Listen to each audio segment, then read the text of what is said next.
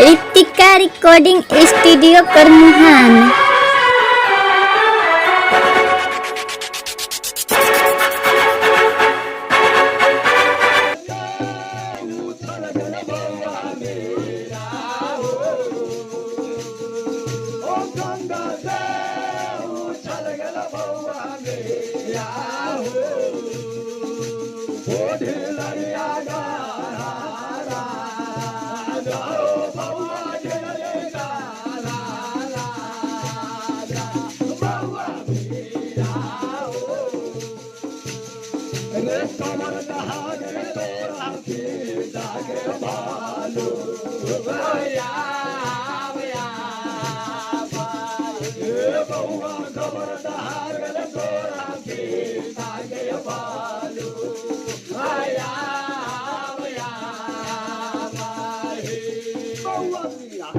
तोरा पिताजी के कबर दहा गलो रे बउआ।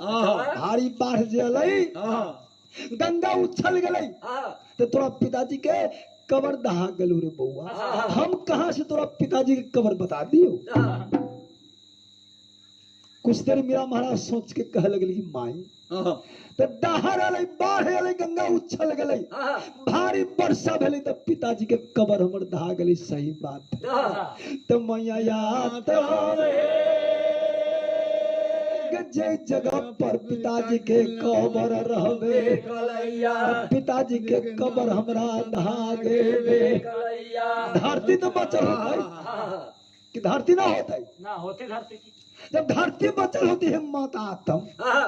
तो तू तनका चल के हमरा वही धरती के दिखाई न देहु मैया। अगर धरती ना होतै, ओइ में पानी होतै, मन फोड़ दे होते, खोला खाकदा नदियों होते, तो तू बता सकी था कि ना कि रे बाबा यही सामने तोरा पिताजी के कबर रहलो। मैया याद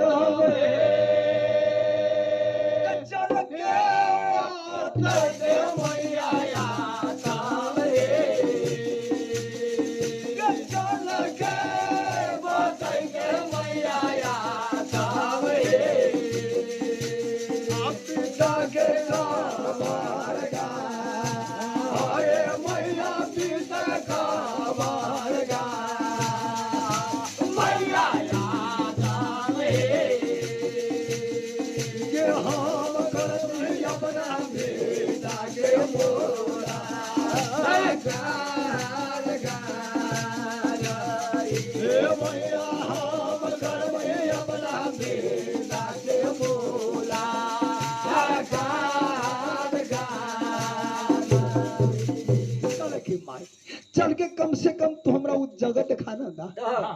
कि पिताजी के हम अपना तन मन धन से प्रणाम करेबे। पिताजी के आशीर्वाद हमरा मिलिए न जाते मैया। हे माई तोरा आशीर्वाद पहली तेरा सिमन के डंडा 84 मन के टाली उठा के जंगल में हम खेल ली। एगो तोरा आशीर्वाद से 3.5 से गईबार के आंख भाव फोड़ दिली माता। अगर पिताजी के आशीर्वाद हमरा मिल जाते तो दुनिया में कोई दुश्मन के हाथ न हम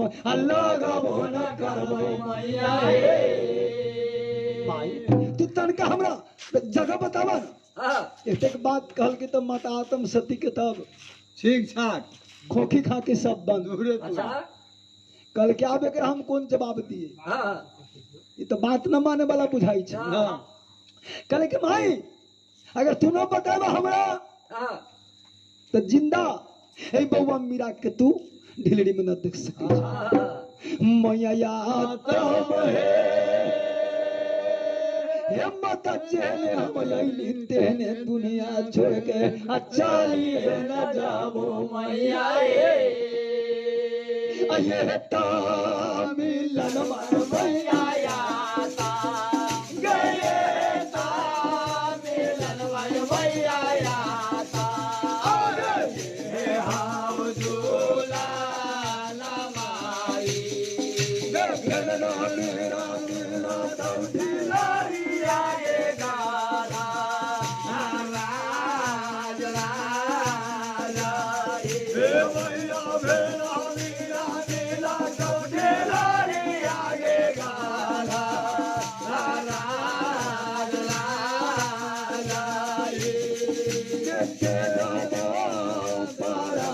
मैया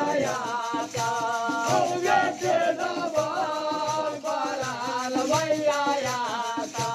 आधी लड़िया गारा ये बेटा मारे चल दो दौड़ी लड़िया के गारा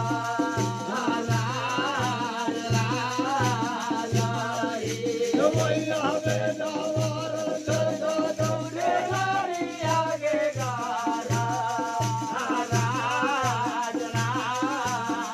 बाबा मीरा महाराज कहल कि माई अगर तू ना बतावा तो घंट से प्राण छूट जते मीरा के। आई आइए के मिलल फेनी मीरा तोरा मिलतो नहीं माता घंट से प्राण छूट जातो ते ढीड़ी में तू पुत्री कहां लगवा माई न तो तू हमरा बता दा इतेक बात कहत बउआ मीरा महाराज कल की माई हमरा ते उलझा देलकै त तनका माई के हम उलझा दै छी बउआ मीरा महाराज प्राण साथ के ब्रह्मांड में लिए रहो भाई माई तो गोदी में धैली है आंख दोनों मुन देलकै आ मुठियो मुन देलकै माई आत्म सती पलक गिरा के कहै छी कि बउआ मीरा तो टाली पना खेले गेल हन आली ते तखन से एकर हम बोलाबै छी एकरे द्वारा हम लागल छी बउआ के दूध न पीली त माई आत्म सती चाहे छी कि बउआ के हम अपन छाती धरा के बउआ के दूध पिया जब पलक गिराबै छी त बउआ मीरा के तो खोखे खा के छिक छक बंद बउआ मीरा महाराज के नजर बंद हो गेल है उठी बउआ मीरा दुनू मुन देवे माई आत्म सती चाहे छे कि दूध हम पिएबे जब ये पलक नीचा गिरे वो न करे भैया हो तब बउआ मीरा महाराज सुग पुगाएबो न करे छे अब त माई के कलेजा फाटे लगले कि सही में छौड़ा खंदे कहलक कि यह मिलन यह जुलन बउआ जानी घन से प्राण हम दे आगी ना दिल कर भैया माई मीरा के गोदी में धैले है आ काने लगली सावन आंसू माता आत्म सती की गिर कला करे छै हेलो शराब ने आंसू माई के भाग आत्म सती के हमरा गिरा होना करे भैया अब रहे वीर से भैया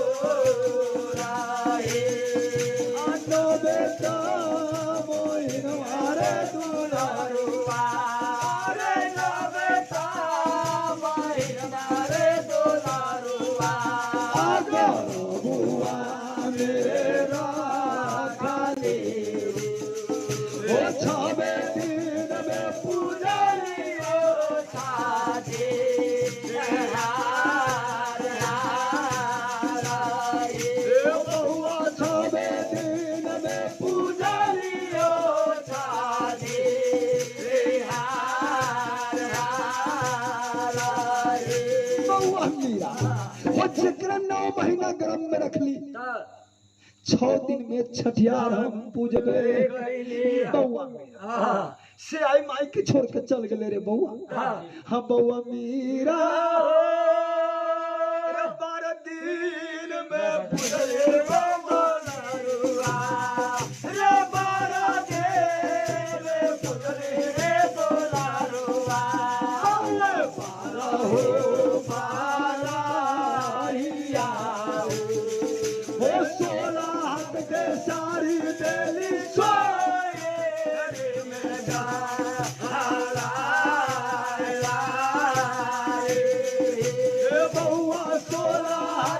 सारे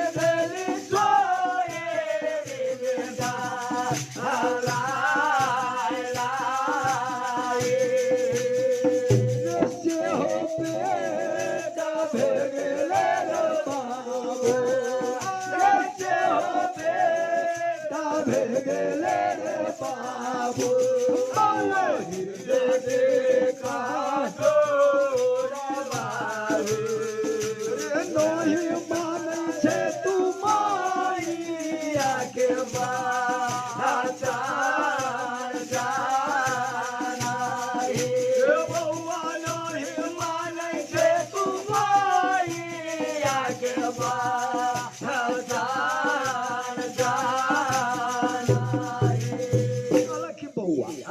हो 12 दिन में बढ़िया पुजली तो 16 हाथ के सारी हम सोरी में तोरा चलते साथ दिली रे बउआ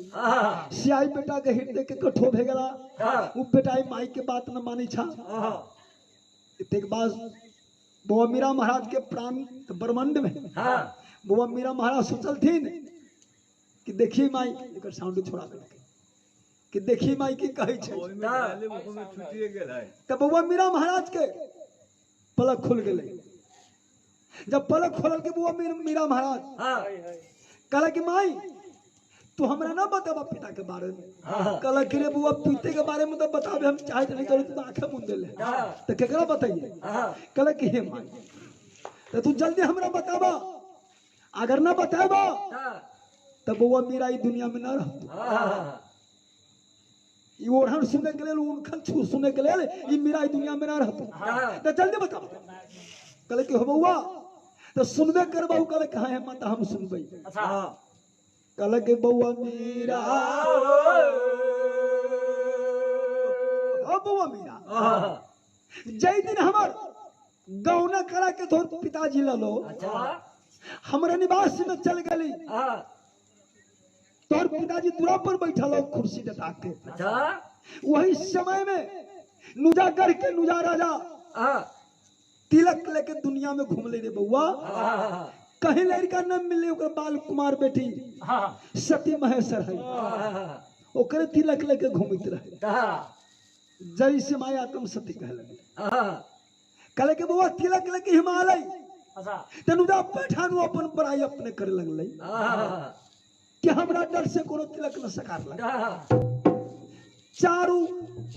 भुवन बउआ गली मुगल पठान में कोई मर्द अवतार न ले हमर तिलक सकारे वाला हमरा से लोहा खेले वाला नुजा पठान कहल के रे बउआ माया तुम सती कहै छी मीरा अच्छा त हमरा डर से तिलक कोनो न सकार लग अपने के नाम सुन के हम ए ढिलड़ीगढ़ में अइली अपने हमर तिलक सकारू त तोहर पिताजी कहल गई कि हम तिलक के ना सकारू हम तो अपन गौना करा के अबे कैली अगर अपने हमरा आगे के भरोसे तिलक देव तो देव हमरा कुल खानदान में जहिया लड़का उतार लेता है तहिया अपने यहाँ सच के बराबर रे बउआ नुजा पैठान तो तिलक देवे से इनकार भेगली तोरा पिताजी के तोहर पिताजी बलजोड़िए तिलक छीन लेलकै आ तिलक छीन के तोहर पिताजी नुजा पैठान के कहलकै कि जय दिन हमरा कुल खानदान में बेटा उतार लेते तो समाज पहले यहाँ के हम कह बउआ मीरा 12 वर्ष के बतावे 36 वर्ष विपत हम कटबे रे बउआ वही विपत में तोहर जन्म आहो बउआ तो तोहर जन्म भलो छठियार पूजा गले बरहिया पूजा गली रे बउआ ठीक 13वां दिन पर तोहर पिताजी समाध लेके नुजागढ़ में आगे बोना कालो बउआ रे लौट के ना आलो रे दोलारुआ रे लौट के ना आलो रे दोलारुआ पिताजी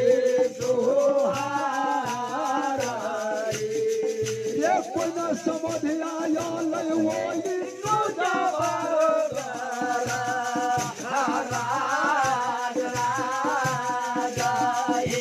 बउआ कोई न समझ आया ले वो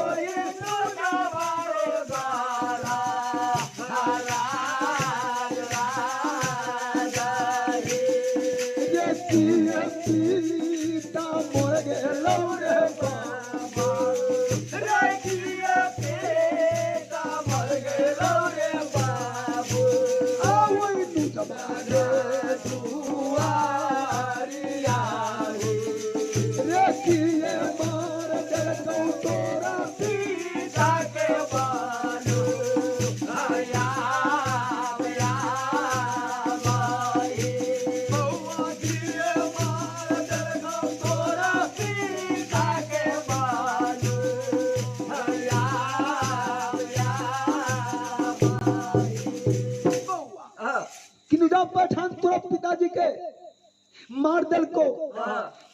के बंसार झुला दे रे बउआ आज तक ले कोई खबर भिलड़ी में न आए रे बउआ आई तू केना पिताजी के खबर लेबे आ जाए वो न करवा बउआ हो कल के बउआ तोर पिताजी उते लड़वैया रहलो तेकरा तनु जब पैठान बांध के बंसाल झुला दल के जान से मार दल के अभी हमरा कोई समाधान बउआ हो यही चलते ई बात तोरा से छुपा के हम रख ले रहबो ना कहिए बउआ हो रे गइचरवा सब तोरा यहन बात आ कहि रे ना दिल को बउआ हो बउआ ये पहले बतावा अभी तोर 5 बरस की उम्र हो रे बउआ तू केना जेबे ढेड़ी घर से नु जागर में बउआ मीरा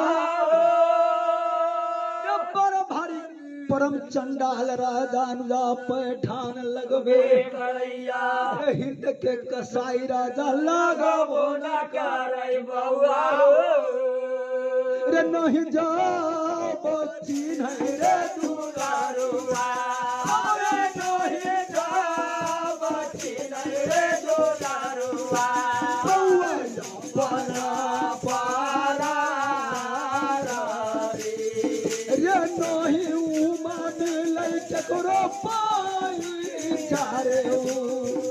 उधार बउआ नहीं उमानी लई करो पाए उधार बउआ बड़ा कसाई राजा है बउआ रे बउआ वहां अपन प्रारूनुजा पैठान में चिन्ह छी बउआ पैसा उधार हो आज में न चले छी बउआ मीरा ओ चर्चा वही नुजागर के भूल जेबे रे बउआ अपन राज काज तू करबो न करू बउआ बउआ मीरा अगर तू जाबे करबा हो सके कहीं तोरा मारदल को नुजा पैठान तो हम ढिलड़ी में केकरा लेकर रहबो न करबै बउआ हो रे तब मन मातिना ना धूख मक सामी के चढ़ा के ले गेबे जाके वहां पति देव के हमारा बाई ना दिल कई बउआ हो तो वही दिन में छूट गए रे दुलारुआ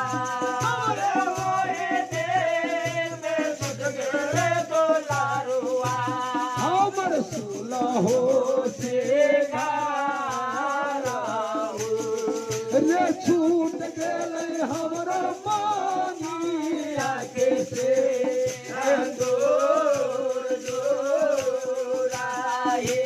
बउआ छूट गए हमारा मानिया के से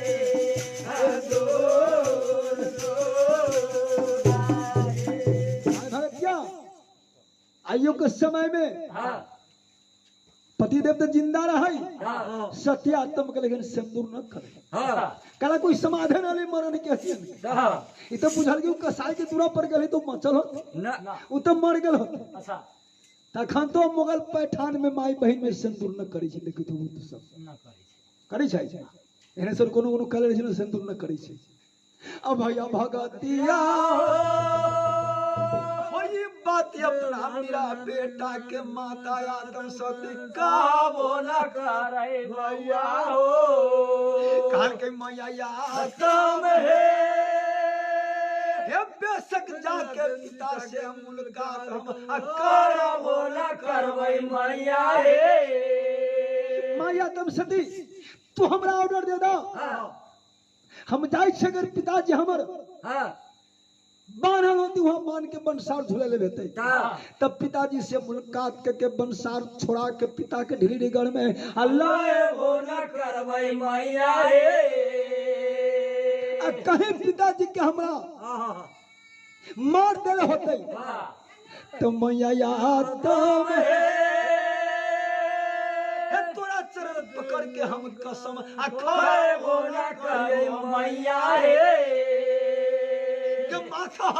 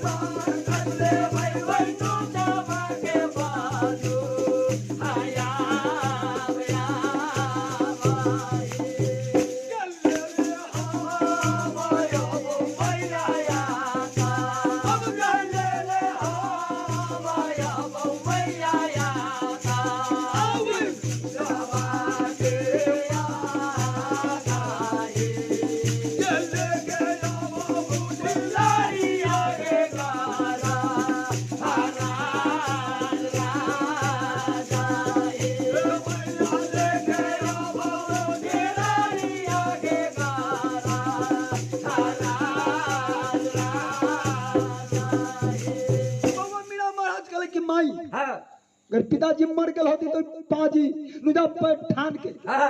माथ काट के अब माथ ले ले तो हमें ढीली घर मिल जाए अब मैया याद माथ दे के संतोष तू मान ले करिए अपन कलेजा तू चुराइए नाली है मैया रे के हमरे नैया लग है मैया मेरा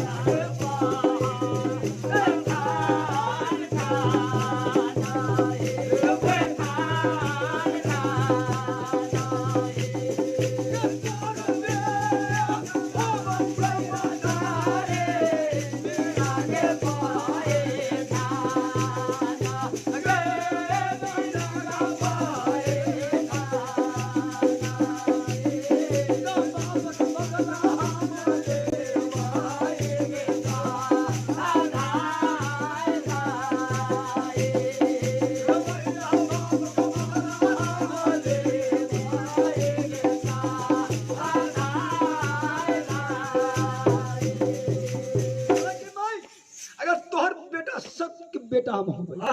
तो जरूर बाप के बदला वही पाजी नुजा से हम ले ले मैया रे दे दे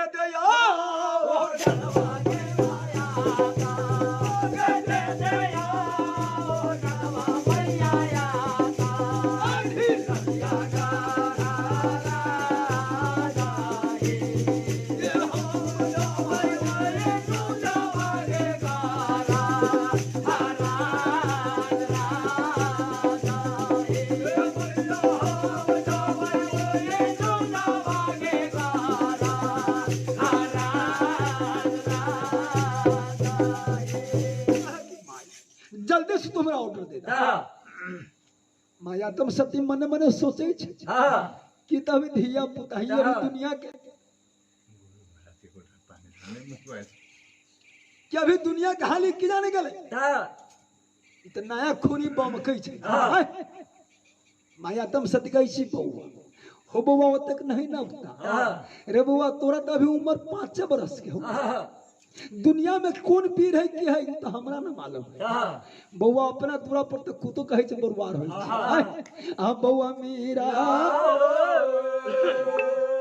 हो बउआ रार में साहबा तो पार न पएबे करबा जब तो पिता जोहन बल मंत्र हलो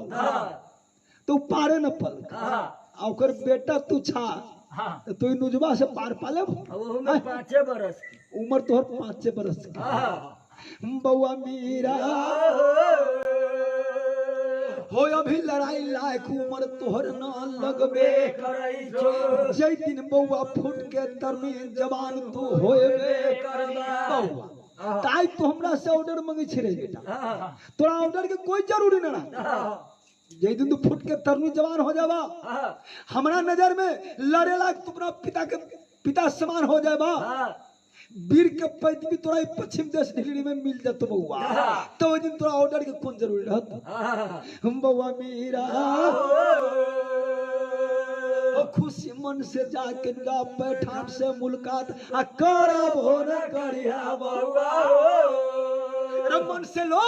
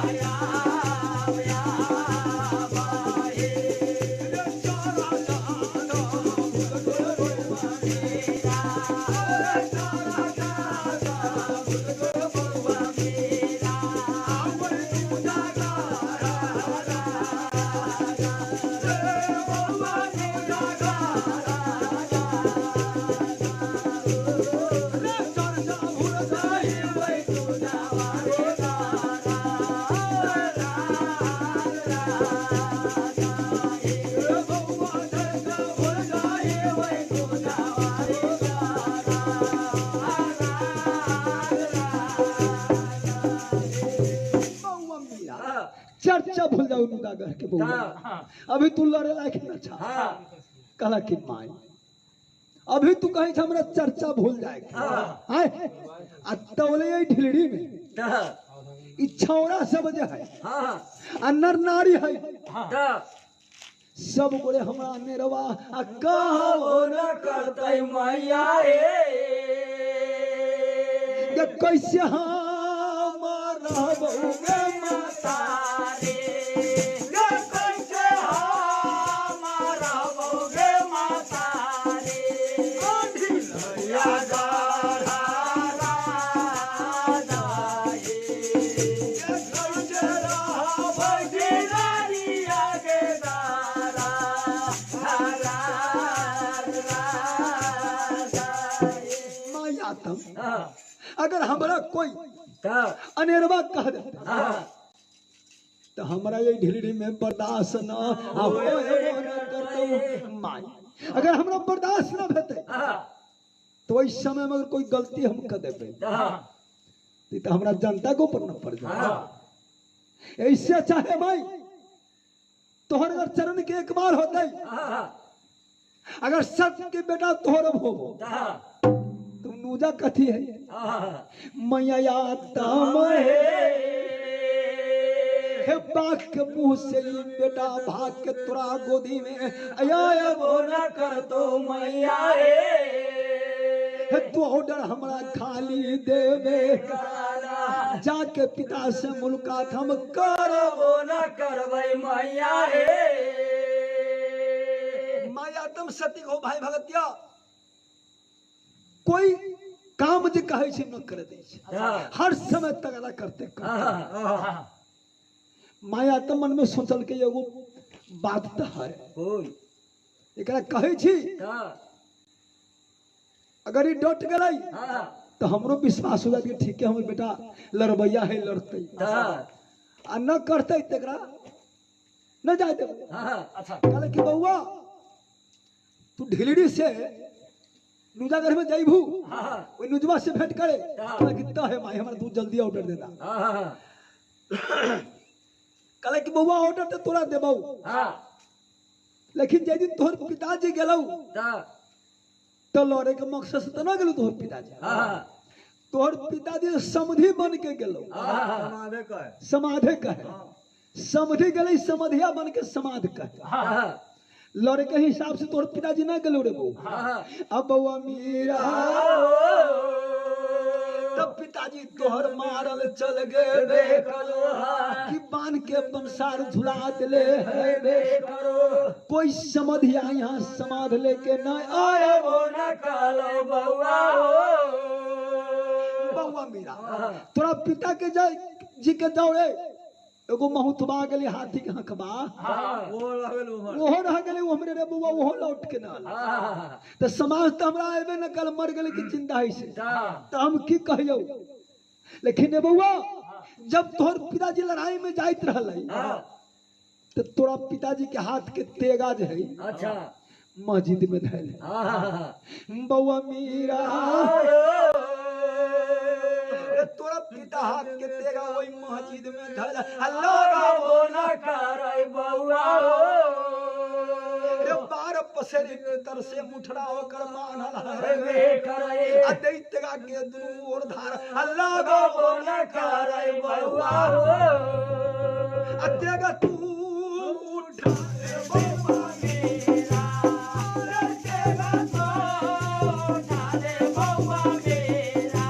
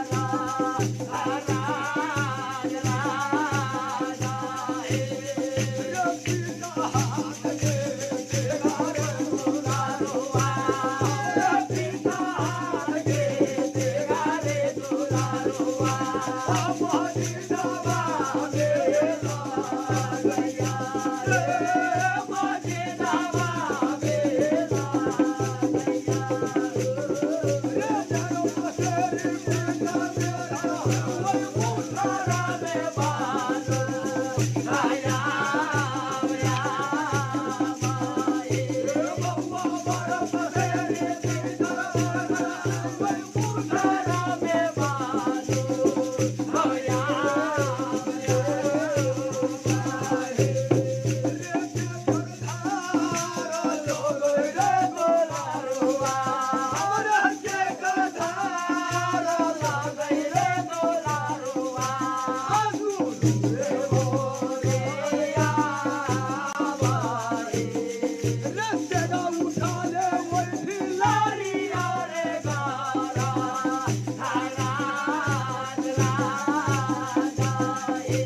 बउआ तेरा उठा ले वही लारिया रे गारा धारा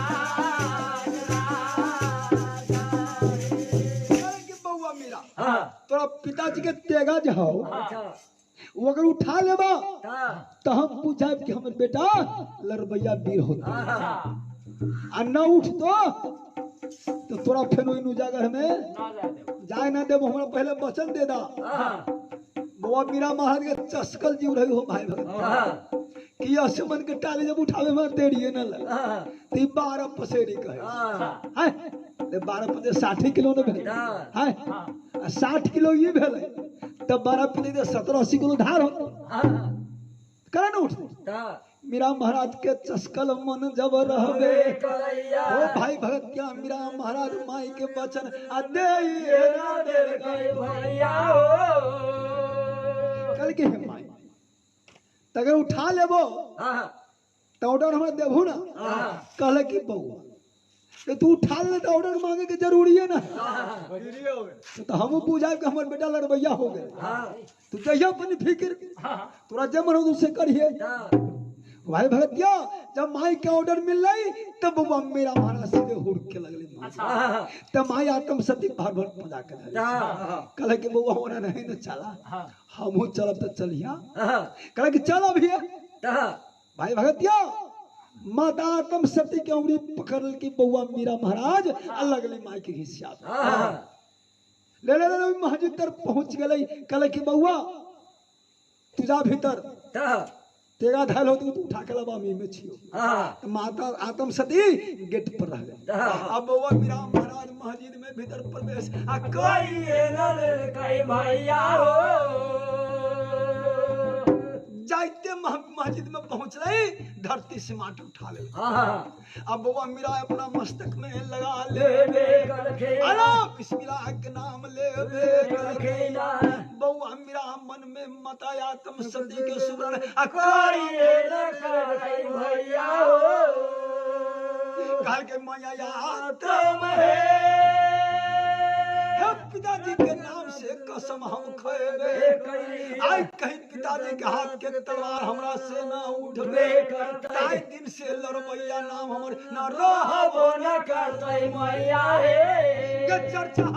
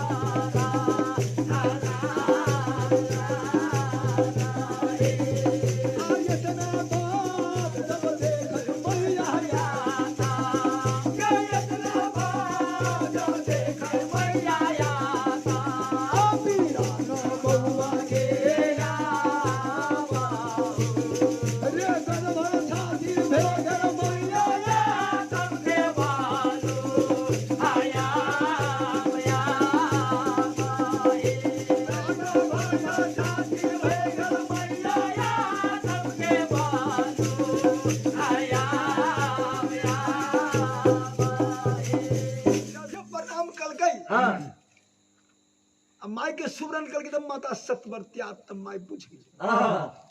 कसम खा गए कि दिन से न उठ गई तो चर्चा भूल जा करके अल्लाह नाम तो माया तम सती के गजभर छाती ठीक हमरे बेटा वीर होते भाई भगत क्या बउआ मीरा के तेक ताकत बन गई तेक शक्ति बन गई कि शक्ति के कोई बनल वही मस्जिद में ना अल्लाह भैया वो जैसे कन्हैया जी हमर वही जमुना में कूद गए काली में कन्हैया कूद गे में कहला कूद गल गेंद के कारण आ गेंद के कारण तो न कूदल में तो कोई कारण ना है कारण तो वो है कल्याण आके कलिया नाक के ओकरा बेलगावे के रहे रास्ता धरावे के रहे तैला भगवान कूदलई गेंद के बहाना कर आ लंका में हनुमान हमर कूद गे कलैया लंका में आग धराई ना देल गई भैया आने मस्जिद में अब वो मेरा कूद गया वही मस्जिद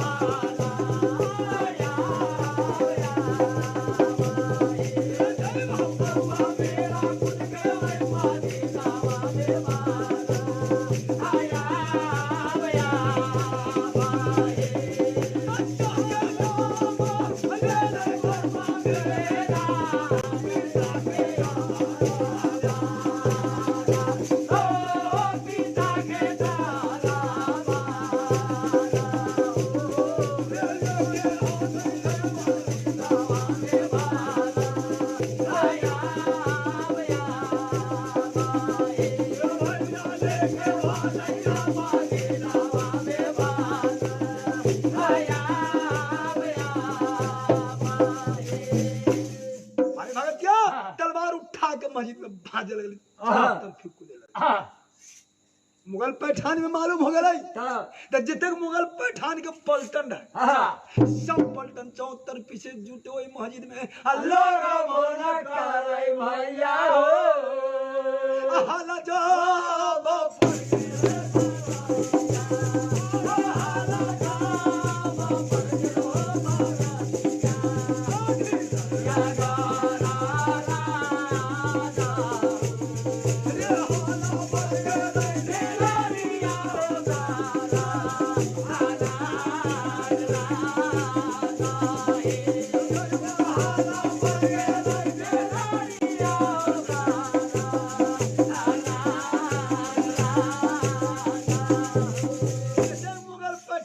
साथी रहे लड़वैया सब 74 फिर जुटे लगले केकरो बुझाई कि जानी मालिक चल गए तो वहु ना दस के दौड़ के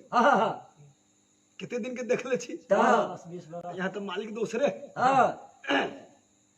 माता तुम सती बउआ के इशारा दिले बउआ स्थिर हो जा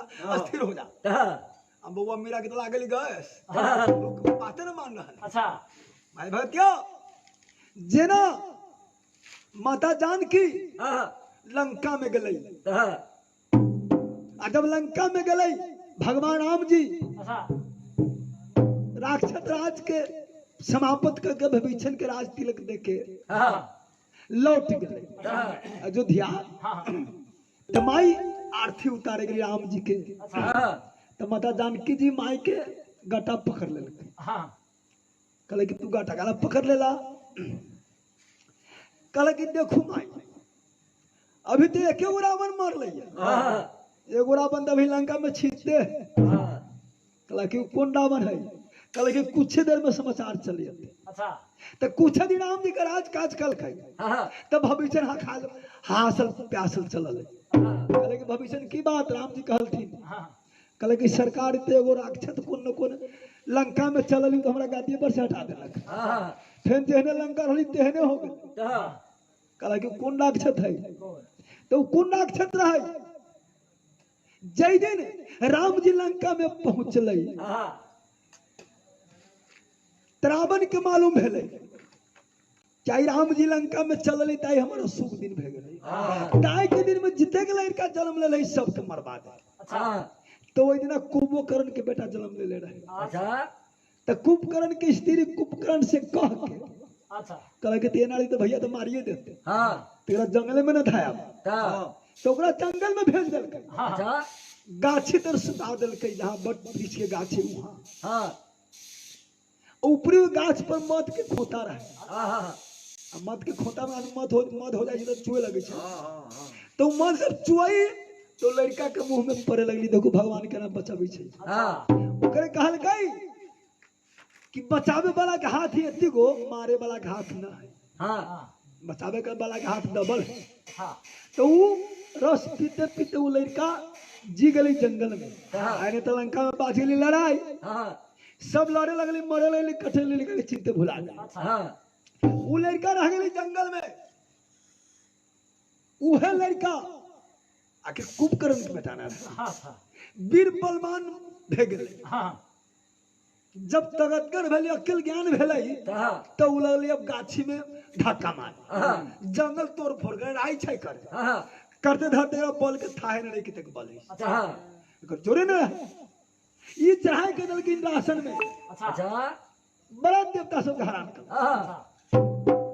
करते धरते ब्रह्मा जी तरफ पहुंचलाई तो ब्रह्मा जी कहले हो बुआ तो तू लड़ी छ बेकार तोरा अपन राज छीते हो राजकाज तू अपना राजकाज में जाबा राजकाज करबा राज चलेबा कि मरे मारी करबा कहले कि सरकार हमारा राज कहाँ है ब्रह्मा जी सारा इतिहास दिखा दे कि तोर काका ना राज करी छो तू जात कहले कि हम के छी से अपने बताओ तो ब्रह्मा जी का पूरा इतिहास बदल के तू खूब करेंगे बेटा अच्छा आ तोहर नाम हो जर्मखिंद्र कि गाछी के जड़ तर तू पलायल छा और माखी के तू रस पी ले छा तोहर नाम हो जर्मखिंद्र तो वह जर्मखिंद्र राक्षस चल गई जंगल लंका में तो भविष्य ने कांधा के हटा दिया इस समय राम जी के कहे तब राम जी जानकी जी फिर लंका में चढ़ाई कर 18 सैनिक सेना के जर्मखिंद्र मार दिल राम पार न पल गई तब अंत में माई जानकी काली के रूप पकड़ काली के रूप जब पकड़ गई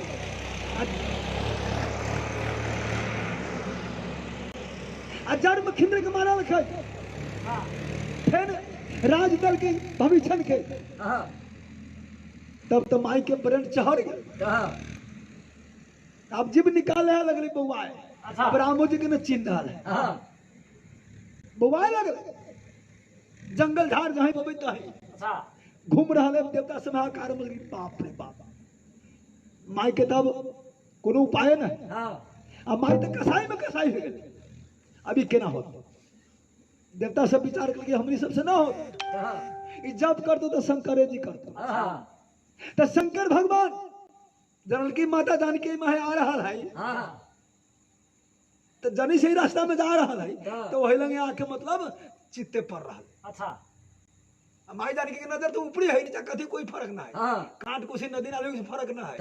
नजर ऊपरी करे भाग रहा है बुआ रहा है जहाँ शंकर जी सुतल वही सामने ले दहिना पर पड़ गई शंकर भगवान के कलेजा पर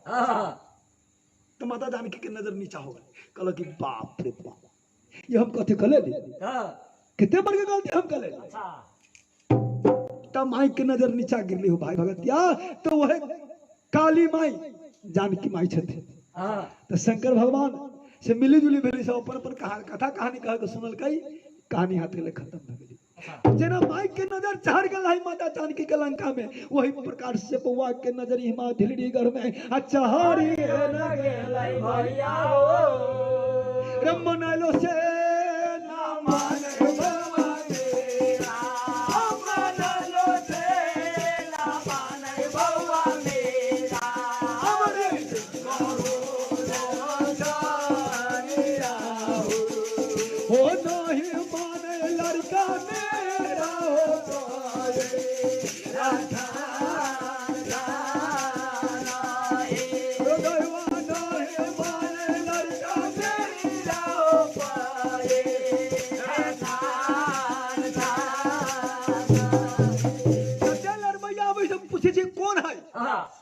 लड़का कौन है जरा मालूम ने पूछबे करती कौन है हमनियो ना जानित रहली हमरा नेपाल सरकार के जी नेंगरा राजा जे भेल रहलो से पहिले ओकरा बेटा के कथि नाम है पारस तो हमनियो ना जानित रही कि पारस नाम हमरो सरकार के बेटा के तो तेने उ हमर है जनता के अच्छा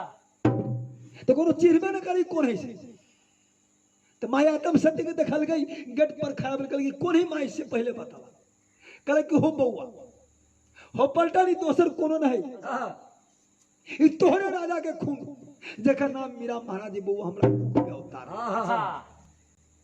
एक बात सुनल कि सब जनता हरा शांत भेलै तो बउआ मीरो के शांति भेलै माई इशारा कर जब सामने वाली माई के तो कहले माई ये कौन सा है? अच्छा कहले कि हो बउआ हो तोरा पिताजी के संगतिया यह सब हाँ ई सब लड़वैया है। हाँ तू जब तलवार भाजे लगला हूँ तो मालूम भले सब करो तोरा से मुलाकात करे वाले। हाँ कहले कि माई तो सब हमरा कोनो जरूरी नहीं।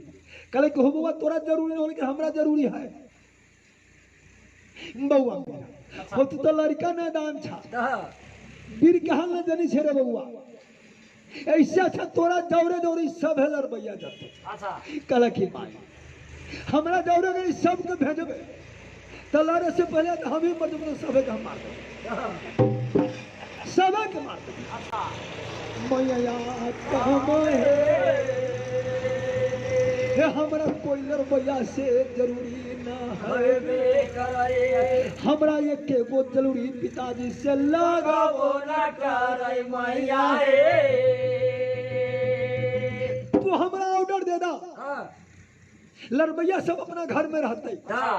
अभी लड़बैया के हम न ले जब हाँ हमरा तो पिताजी से मुलाकात करने जाए हाँ वहां जाए छे अगर वहां हमर पिताजी बाहर होते दुनिया में होते तो पिता से मुलाकात करबे मनसार खोला के लिए भैया। हाँ अगर पिताजी के पता न देते हूँ हमरा तो एगो नुजबा है हाँ माथ काट ले चल हाँ ये सब के हम हंसरी करा लेते अच्छा हे भाई अगर हंसरी के जाए के होता ही हाँ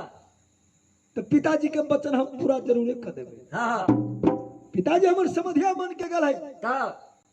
आ कहले पिताजी के सच के बराती है वो अच्छा तो मैया हे पिता के मनसार खोला के हमरा लावे देवे कराना जब पिताजी हमारे ढिलड़ीगढ़ में चली मैया रे तो सदके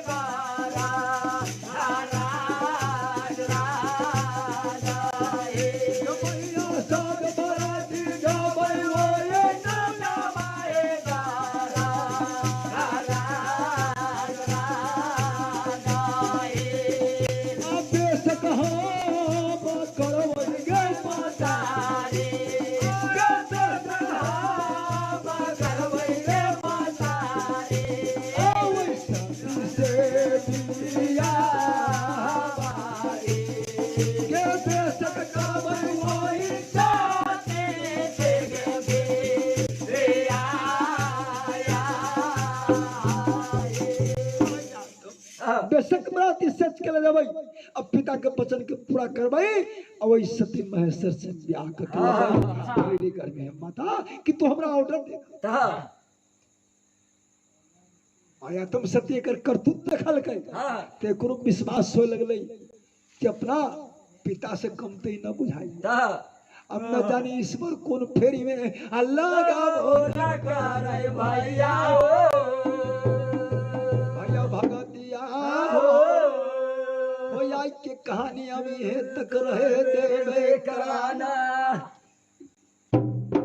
तामु अथ भेल होते बेसी हेल्प हो गेली